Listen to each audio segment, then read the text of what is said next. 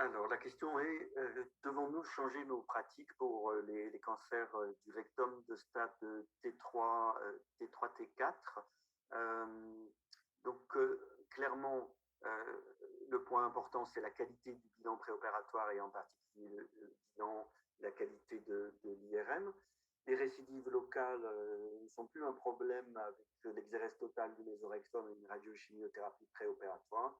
Par contre, voilà, depuis une vingtaine d'années, on n'avait fait aucun progrès sur les réductions du taux de métastase à distance et puis les séquelles en particulier urinaires et sur la vie sexuelle. Donc le standard, vous le connaissiez, c'est l'étude allemande qui a comparé radiochimiothérapie post-opératoire, la première ligne, versus radiochimiothérapie préopératoire, avec comme objectif principal la survie globale. Cette étude était négative en termes de survie et de survie sans progression. Elle montre un taux d'incidence métastatique qui reste très élevé dans ces tumeurs, au-delà de 35%, et effectivement une réduction des récidives locales, ce qui a imposé la radiochimiothérapie préopératoire comme le nouveau standard. Et puis on a vu les premières réponses complètes, et on s'est dit ça peut être très important d'aller augmenter le taux de réponse complète, puisqu'on sait que c'est associé à une longue survie. D'où ces approches de thérapie néoadjuvante totale qui délivre une chimiothérapie et une radiochimio avant la chirurgie, avec le but d'augmenter le taux de stérilisation tumorale et soit d'aller améliorer la qualité de vie et les résultats fonctionnels à long terme en essayant de supprimer soit la chirurgie ou réduire la chirurgie, tumorectomie, watch and wait, ou d'aller réduire la radiothérapie, soit deuxième option, elle essayer de réduire le risque de métastase à distance pour améliorer la survie globale, et c'est la voie que j'ai poursuivie. Donc, on distingue deux types d'études, les études dites de consolidation et celles d'induction. Consolidation, ça veut dire que la chimiothérapie vient après la radiothérapie ou la radiochimiothérapie. On a quatre études de phase 2 que je n'ai pas le temps de détailler, la plus vaste étant l'étude polonaise, entièrement négative pour l'ensemble des critères et associée à un taux de récidive locale de l'ordre de 30%, ce qui est inacceptable. Et puis deux études de phase 3 que je vais vous montrer, l'étude Rapido et l'étude Stellar. L'étude Rapido a utilisé une radiothérapie à la suédoise ou à la hollandaise, 5 x 5 grès, suivie d'une chimiothérapie relativement longue pendant 18 semaines et d'une chirurgie retardée à la semaine 25, versus une radiochimiothérapie avec éventuellement l'oxaliplatine, une chirurgie et une chimiothérapie optionnelle. Cette étude a plusieurs problèmes. Le premier, c'est que les objectifs ont changé au cours du temps, dont la dernière fois 3 mois avant l'analyse statistique de l'étude.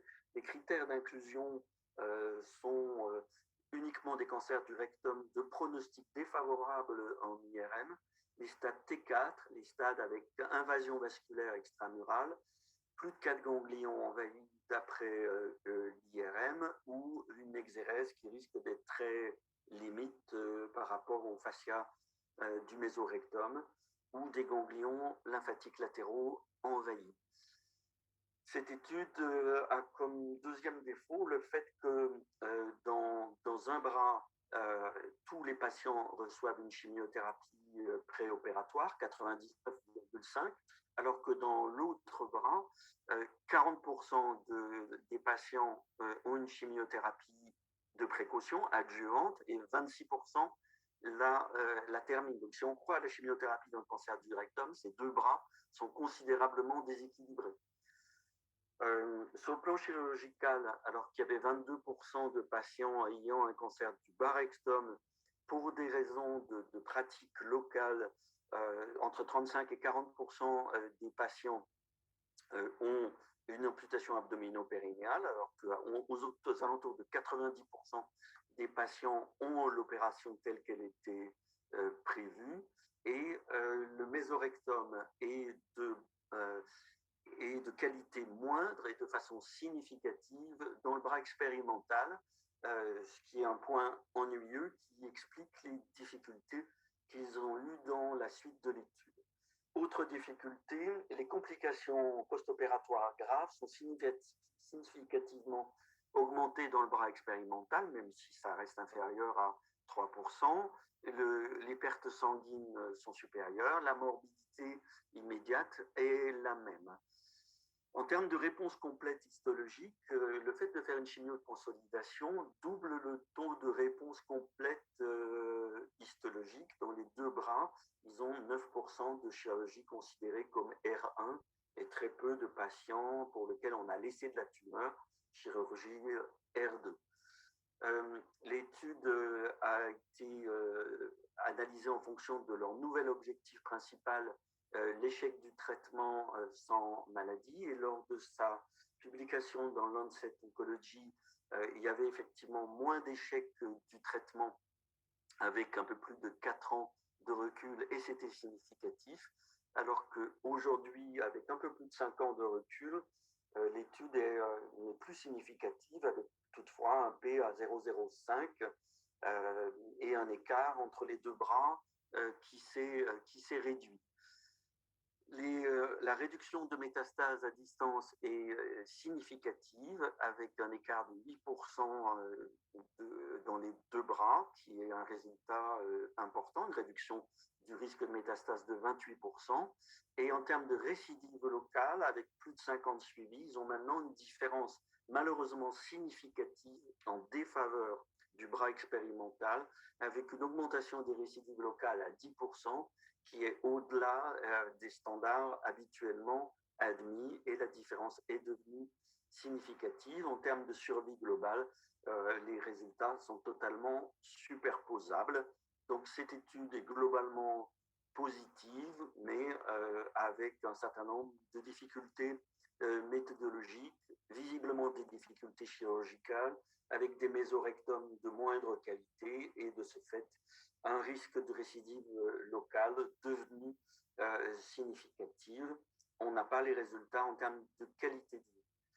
Ces difficultés chirurgicales viennent probablement du long délai entre la fin des rayons et la chirurgie, puisqu'on avait déjà une étude du Grécard en France qui avait montré que de reculer la chirurgie à 11 semaines au lieu de 7 augmentait significativement la morbidité, les complications et réduisait la qualité du mésorectum. Donc on a deux études allant dans le même sens.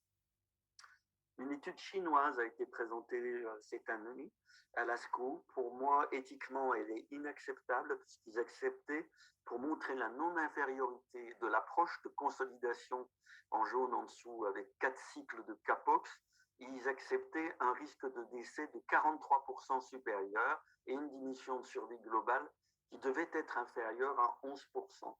Avec ce type de calcul, ils prétendent avoir démontré la non-infériorité avec une survie sans rechute, c'est la dernière ligne à 3 ans, qui est équivalente dans les deux bras, traitement traditionnel versus consolidation.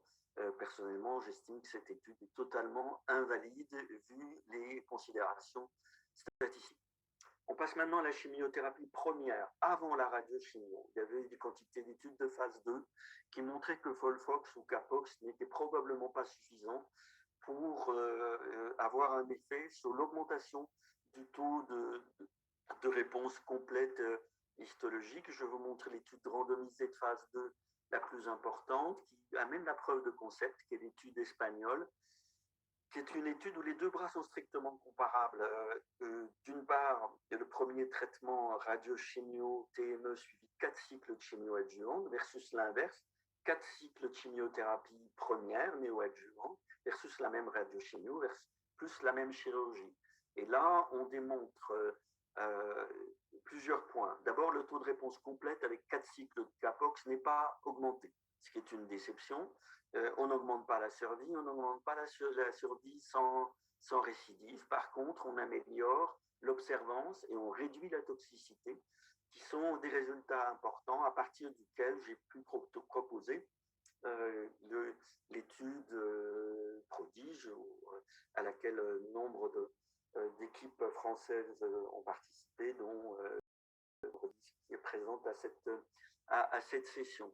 Donc l'idée était de dire, aujourd'hui, bien sûr, on n'a pas la preuve de l'efficacité de la chimio, mais on sait pourquoi ça n'a pas marché, et le constat 10 ans après reste le même, que l'un dans l'autre, toutes les phases 2 randomisées n'avaient montré aucun espoir dans du Folfox ou du Capox utilisé en néoadjuvant. On ne connaissait pas les démarches de consolidation à l'époque, et que le Folfirinox ou le Folfoxiri avait les meilleurs taux de réponse dans le cancer du rectum. Donc on est parti sur une étude comparant le traitement standard de l'époque, radiochimio, préopératoire, TME, suivi de chimio adjuvante au choix de l'équipe Folfox ou capecitabine, versus le même schéma, mais avec 3 mois de folfirinox en préopératoire, suivi de 3 mois de chimiothérapie adjuvante en post-opératoire, la chimio étant la même dans les deux bras s'agissant de chimio adjuvante. La seule chose qui change, c'est le design dans l'étude, et puis l'irinotécan en plus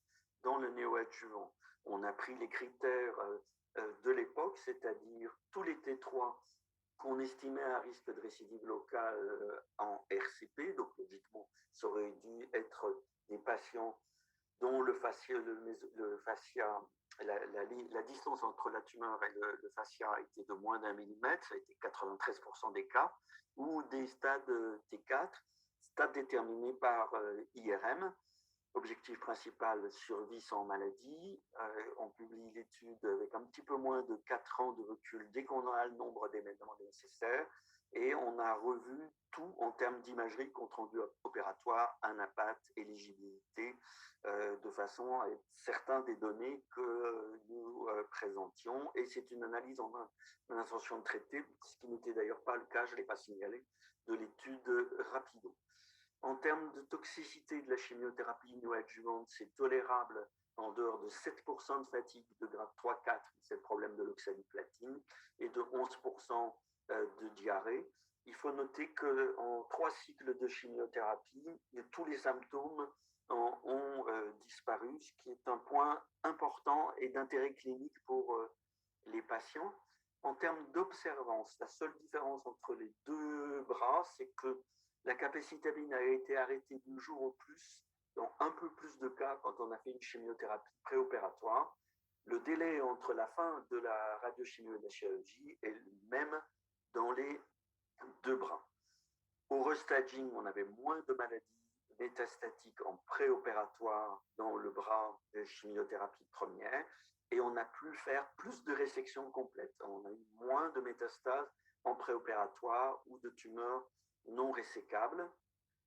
On n'a que 14% d'amputation abdominopérinéale, alors qu'on avait plus de 35% de cancer du bas rectum dans les deux bras, mais sinon, en termes de chirurgie, les deux bras sont complètement comparables. La morbidité est strictement identique entre les deux bras.